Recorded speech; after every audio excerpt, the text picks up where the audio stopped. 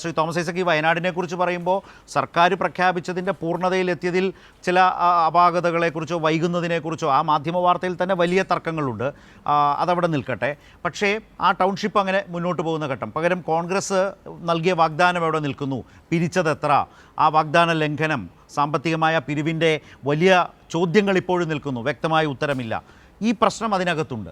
പൊതുവിൽ ഈ വികസനം, ക്ഷേമം എന്നുള്ളത് സർക്കാരിനെ സംബന്ധിച്ച് അല്ലെങ്കിൽ വോട്ടർമാരെ സംബന്ധിച്ച് വളരെ പ്രധാനപ്പെട്ട അവരുടെ തെരഞ്ഞെടുപ്പിലെ ഒരു പ്രധാന വിഷയമാണോ ഈ തെരഞ്ഞെടുപ്പിൽ? മുൻപ് പല തെരഞ്ഞെടുപ്പിലും ഇല്ലാത്ത വിധം ഇത്തവണ കുറെ കൂടി ശക്തമായി വോട്ടർമാരെ സ്വാധീനിക്കുന്ന വിഷയമാണെന്ന് കരുതുന്നുണ്ടോ? നിശ്ചയമായിട്ടും ഇടതുപക്ഷം ചർച്ച ചെയ്യാൻ ആഗ്രഹിക്കുന്നത് ഇത് തന്നെയാണ്. എന്താ കഴിഞ്ഞ 10 വർഷം നടന്നത്? അത് മുന്നോട്ട് കൊണ്ടുപോകണോ വേണ്ടയോ? UDFൻ്റെ പരിശ്രമം മുഴുവൻ ഇതിൽ നിന്ന് ശ്രദ്ധ തിരിക്കുന്നതിന് വേണ്ടിയിട്ടാണ്, മറ്റ് വിഷയങ്ങളിലേക്ക് ചർച്ച കൊണ്ടുപോകുന്നതിന് വേണ്ടിയിട്ടാണ്. നമ്മളെ എങ്ങനെയൊക്കെ ഇതിലേക്ക് തിരിച്ചു കൊണ്ടുവരാൻ പറ്റുമോ അതിനാണ് ഇടതുപക്ഷം ശ്രമിക്കുന്നത്. ഇതാണ് ഈ തെരഞ്ഞെടുപ്പ് പ്രചാരണത്തിൽ നടക്കുന്ന പിടിവലികൾ. ഇതിൽ ഇടതുപക്ഷം എന്ത് ചെയ്തു? ഗുഡ് ഗവർണൻസ്, അഴിമതി ഏറ്റവും കുറഞ്ഞ സംസ്ഥാനം എന്നുള്ളതിന് കൃത്യമായിട്ടുള്ള സർവേ റിപ്പോർട്ടിലെ ഗുഡ് ഗവർണൻസ് അവാർഡ് കേരളത്തിനല്ലേ കിട്ടിയത്?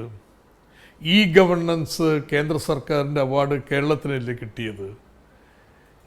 ഇടതുപക്ഷത്തിൻ്റെ മാനിഫെസ്റ്റോയിലെ ഓരോ മേഖലയിലും ഇത്തരത്തിൽ കേന്ദ്ര സർക്കാരിൻ്റെ മാത്രം അവാർഡുകൾ എണ്ണി എണ്ണി പറഞ്ഞുകൊണ്ടാണ് തുടങ്ങുന്നത്.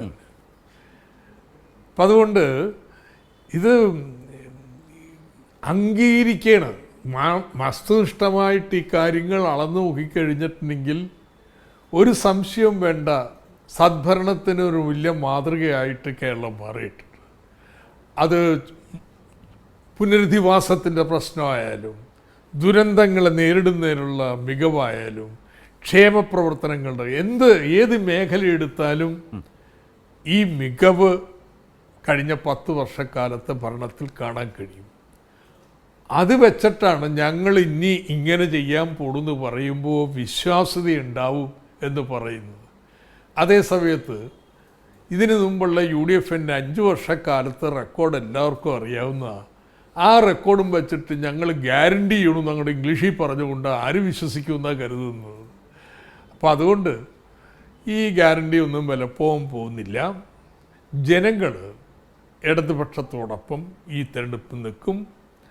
3ാം തവണ തുടർച്ചയായിട്ട് ഇടതുപക്ഷം കേരളത്തിൽ അധികാരത്തിൽ വന്ന് ഈ പ്രവർത്തനങ്ങൾ, വികസന പ്രവർത്തനങ്ങൾ പൂർണ്ണതയിൽ എത്തിച്ചൊരു നവകേരളം സൃഷ്ടിക്കും.